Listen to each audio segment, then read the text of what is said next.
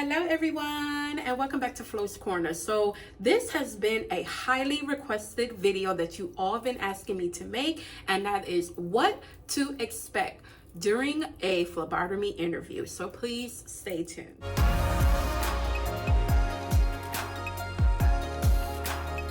So first off, if you are new here, my name is Flo. I am a certified phlebotomist. For a couple of years now, I've worked in many different settings, in different locations. So I'm going to be giving my personal experience on what I actually went through on my actual phlebotomy interview. So the first thing I want to get squared away is that all phlebotomy jobs that I have, they did the regular standard interview questions that you're probably going to get across the board from any profession you're trying to go into. Questions that include, why do you want to work for our company? Tell me something about you. How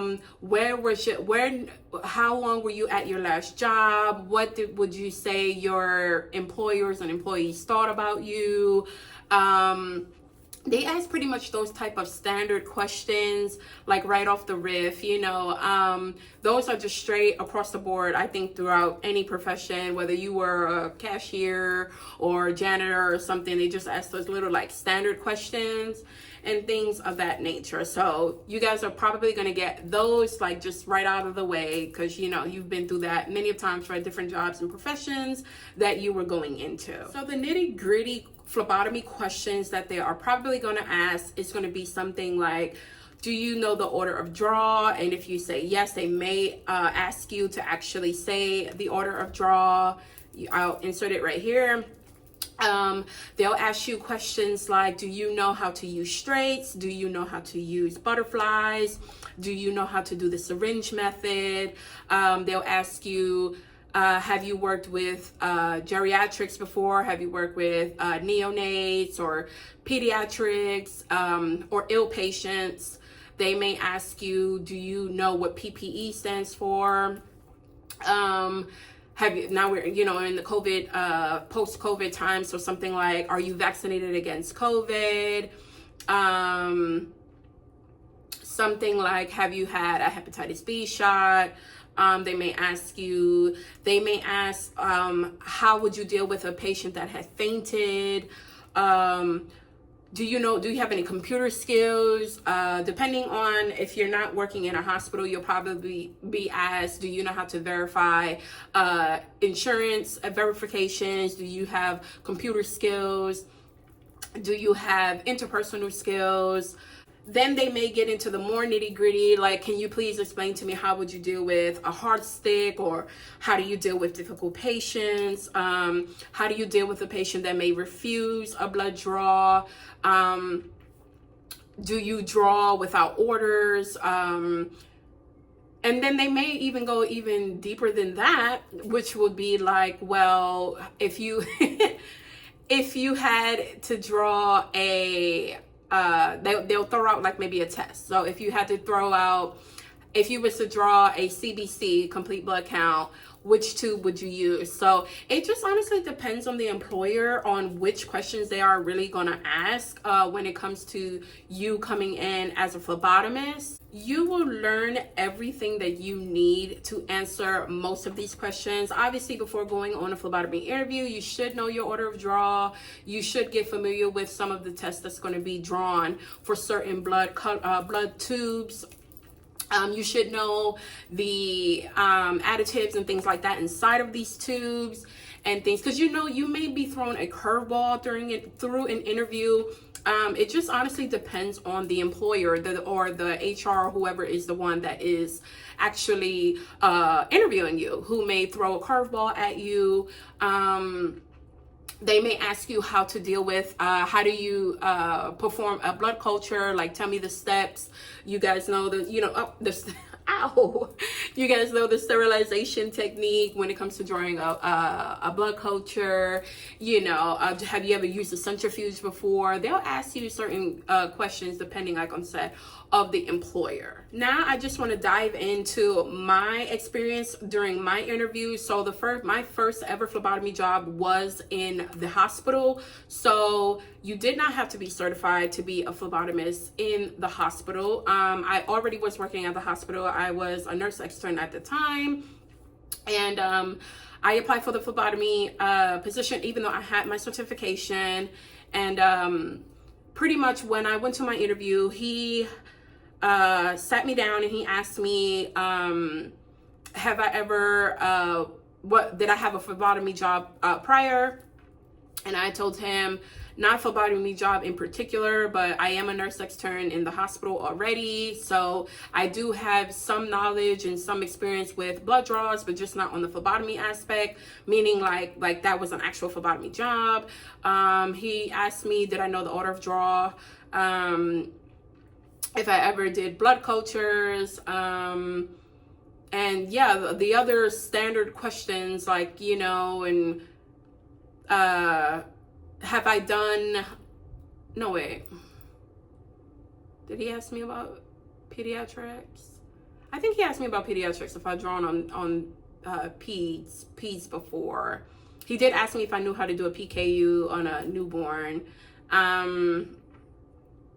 Yeah, I think that interview was actually fairly quick for me to just get it over with. And yeah, just like the really standard questions, like same thing, how do you deal with a hard stick? Yeah, that interview was fairly quick, and I honestly think I got the job because I pretty much was working at the hospital, and because I was a nurse extern, I believe that he really just felt real confident in me about being a good phlebotomist, because, you know, I was in nursing school at the time and I was a nurse extern, so I was dealing with direct, you know, patient contact and things like that. So it didn't matter, honestly, because they do train you. So when you get the job, you have to take orientation, yada yada yada, learn all the, you know, the fun book stuff and everything, like how the hospital operates and what phlebotomists do in the hospital and things. And then once you are getting ready to get on the floor, they put you with someone. Anyways, they put you with a phlebotomist. So you're pretty much just shadowing the phlebotomist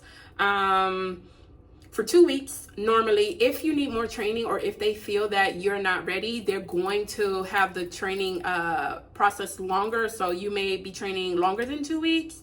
And yeah, that was pretty much my interview when it came to the hospital. Now, that may not go for everyone, but that was just my like experience with the hospital job, is that I really honestly think the nursing really was like the, oh, she already knows what she's doing kind of thing and stuff. But I was still prepared anyway, because like I said, I did my course like over a year, maybe a year prior to that. Was it like a year or maybe 9 months, 10 months or whatever.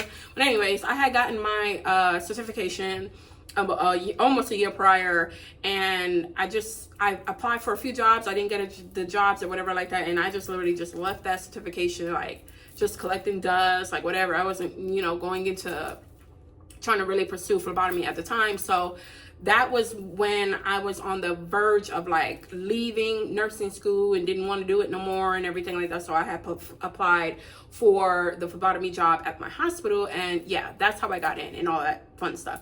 But yeah, I didn't have to be certified. They didn't really go in details of a lot of questions about phlebotomy. Like I said, it just depends on the employer, you know. And yeah, I went on and I got the job. I did the orientation, and I was shadowing someone for, actually my training was like 3 weeks. And the only reason my training was a little bit longer is that they forgot I was shadowing. It's super weird. I don't know. I worked a night shift, so they like literally forgot that how long I was already training with someone or whatever. Now, let me clear something up about shadowing, is that even though you're shadowing, do not think you're not sticking. You are sticking. You do carry your own cart. You do have all of your phlebotomy supplies and all of that stuff during the whole entire training. The only thing is that whatever floor the phlebotomist that they put you with is where you're going to be. So you may go up there, and, you know, obviously it's a hospital, so it has like, what, 20 beds on one floor sometimes, you know. So the phlebotomist, you know, because she feels that you're comfortable enough, she'll ask you, you know, or he'll ask you and say, hey, you're comfortable withdrawing, I'll do this side of the wing and you do that side of the wing. So even though you're quote unquote training, shadowing, you are drawing. So I was going in the rooms by myself and everything like that. Now, if a patient was a heart stick and I couldn't get it and stuff like that, then I would go to her, kind of signal, hey, I couldn't get this guy, and you know, stuff like that and whatever. But you're not shadowing and not doing nothing. Don't think that you're just like looking. The first day of shadowing, I would say you don't have a cart. You are literally actually just walking with the phlebotomist, and you're going with them to every room and things like that, and you're watching them work, you know, doing the blood draw. Some of them, they'll talk to you, you know, oh, and this is how you do this, and stick it this way, and this is how you do that, and this, you know what I mean? So, but don't think that shadowing is, oh, I'm not doing anything. Oh, yes, you are. You are clocking in and you are performing blood draws. Do not think that that's not a thing. You know, they are monitoring you and things like that. Now, the end of your training, you will have one of the supervisors or the managers come up to see you perform a blood draw. So they trying to see the correct technique and things like that. And then once you stick and you get it on the first try, then they pretty much just step out of the room, let you finish and all of that stuff, and then they go, okay, well, great job, Flo, and you know, so they will finally put in the system like Flo is ready to be on her own. You know, that's how they did it in the hospital when it came to me. Now, my experience with working, getting an interview for the diagnostic laboratory, which also meant that I was going to be working at a clinic, was just slightly a little different. I was still at the hospital when I applied for a diagnostic laboratory. And I pretty much applied to a few of them, and I got into one and I got an interview.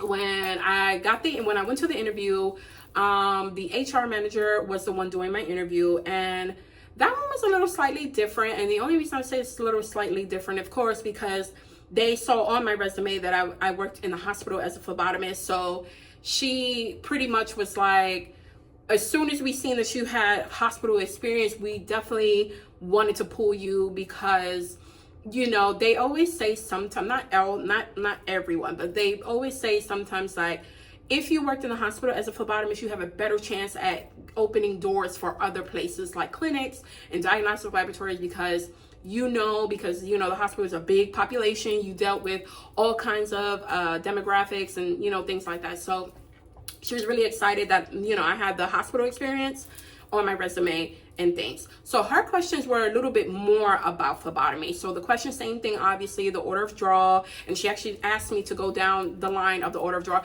Now, the HR manager that interviewed me, if I'm not mistaken, the way that she gave off, I think she was probably a prior phlebotomist sometime in her day or however, but I believe she had complete phlebotomy knowledge, because she was like asking questions like, how do you deal with a heart stick? Do you know the standard butterfly gauge? Which blood tube has the sodium citrate? She was asking me like questions like that, like, you know, I want to make sure you know your phlebotomy things, kind of thing. So, you know, I thought, you know, I was okay with that, because I'm like, oh, well, you know, I've been in the hospital for a bit, so I kind of knew, and, you know, all of these things, and I remembered my training and things like that. So for me, it was fairly kind of simple to go into that. I kind of giggled a lot, you know, because certain things I had to kind of think about for a bit, but certain things you do in the hospital, but you don't always do. So she did ask me about centrifuge, and she's like, oh, have you ever used a centrifuge? And I was like, in my course, but because I worked in the hospital, I never used a centrifuge, because that you just drew blood, and you send it down the chute, and it goes to the laboratory. The laboratory does all the centrifuging and all of that fun stuff. So I've never dealt with a centrifuge before. She was like, oh, that's okay, we can teach you, that's not, you know, it's not hard. She did ask me, have I dealt with pediatrics? Have I dealt with geriatrics? Same thing, ill patients. She asked me, you know, those questions, and how would you deal with a heart stick? How would you deal with a patient if the patient fainted? just, the simple things like that. She even asked me like the veins, like, what is the main vein that you use in blood draws, and, the medium cubital vein, the basilic, the cephalic, I had to answer all those questions. And she actually had me perform a blood draw on her.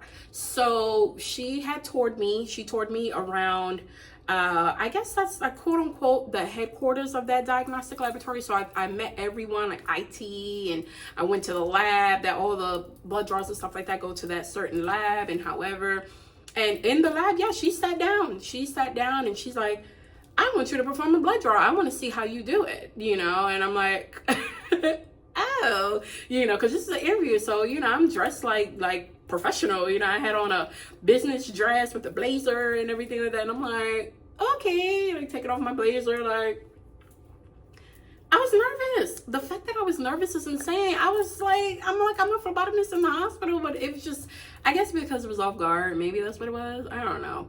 But yeah, so she sat down, she was in the black chair, where you do a blood draw, and she put her arm up, and then she's like, over here is all of the items that you're going to need and things. So she said, it's up to you on which which needle you like to use. And I just opted for the butterfly. I just felt like it was easier at the moment, even though I can draw through it straight, no problem. You guys know that. But I was like, okay, well, here we go. So, did the tourniquet and everything. I was feeling on her veins. She didn't really have great veins. Like, and she knew she didn't, but she still wanted to see if I would catch her. So, I did miss her. I stuck, and I missed. So she was like, it's okay, because I am a heart stick, sometimes they catch it, sometimes they don't. I have really small veins, and however. So, I literally was scared for my life, because I was like, oh my gosh, I missed. Oh, I'm never going to get the job or whatever. So we walked back to our office, and pretty much she was like, yeah, what is your availability like? And I was like, well, I can take, whatever you guys have and however, and things like that. And then she just explained the job. So she was explaining, like, you'll be put in an IOP, working in a clinic by yourself. You may be doing insurance verifications, data entry, things like that. But she did tell me that I was going to be trained for the first 2 weeks at a patient service center. So you guys know the patient service center is the place that you're going to be at, where it's the actual building with the company's name on it. So pretty much all types of doctors refer their patients and things like that to the service centers and stuff. So I was going to have to shadow what they do at the service center, which will prepare me for what I'm going to be dealing with at the IOP, because in the IOPs you're going to be normally working by yourself, unless it's a very high flow of patients. Then you might have one other phlebotomist with you, but the IOP that I was at, I was working by myself. So yeah, and I wound up getting the job. She told me my location, and I did the patient service center for 2 weeks, and I really just got to see what they do and taking requisitions and orders. Now this was new to me because I came from the hospital. So when I came from the hospital, we didn't deal with requisitions, we didn't deal with orders, not like that. Okay, our mobile phone just pretty much in the hospital told us where we were going to go, what we're going to perform on these patients, and yada yada. They even just told us just the tube color, not really even what is the test that they were getting. I guess all of that stuff is sent to the lab, and the lab loads it on the mobile phone, and the phlebotomist goes and collect blue, green, red, yellow, blood culture, whatever. We didn't deal with orders. We didn't deal with anything like that. The most time I would hear about orders is when a nurse or something would say, hey, did you get the order, or are you going to draw patient 202? And I'm looking at my phone, I'm like, hey, that person's not on here. Oh, I sent it to the lab and stuff. I'm like, I can't draw what's not on my phone. So that's the only time I really heard about orders, but I didn't deal with that. We don't go, okay, sure, we'll tell the lab. No, I'll tell them, just contact the lab and whatever. And it'd be quick sometimes, they'll call down to the lab, the order is placed in, and yada yada, and then now 202 pops up on my mobile phone. So it happens, but yeah, I never dealt with orders and requisitions and none of that nonsense until I got to the diagnostic laboratory / clinic. But I don't want to just keep diving into like that experience. I'm just literally just wanted to get into the whole interview process. The interview process is just different all across the board, whether you're working for a donation, blood donation center, plasma center, things like that. Like I said, it really honestly depends on the employer, what they're going to be asking. But just some word of advice is that as a phlebotomist, you should be knowledgeable on certain things. Like make sure you get down and get that knowledge in about the order of draw. I mean, you have to do all of these things anyway to pass your certification. So it should be nice and fresh. If not, go on a refresher course and kind of relearn these things. You don't have to know every test for every blood tube, but it's good to know at least the additives in certain tubes, just in case they like to throw you a curveball in there some way. Some of the questions like, you know, how to deal with a patient who faints and things like that. That is something that you can always Google. You can always ask in your professors and things like that. You'll learn all of this stuff in your course anyway, like how to deal with a patient fainting and, you know, how to deal with unruly patient and things like that. You know, sometimes that's just kind of like common sense in a way of how to deal with a situation like that. And honestly, if you don't know the answer, then be honest. You know, I don't know. I've never dealt with someone who fainted before, you know, and just pretty much just be your genuine self through your whole entire interview process. You know, just be your genuine self. You know, come in there strong, head held high. Just know, like, literally feel like I got this job already in the bag. You know, honestly, don't really stress about the interview process. It's really not hard. A lot of these jobs really just have that standard all across the board profession career questions that you all know about. Why do you want to work here? And, you know, because I need the money, duh. Like, you know.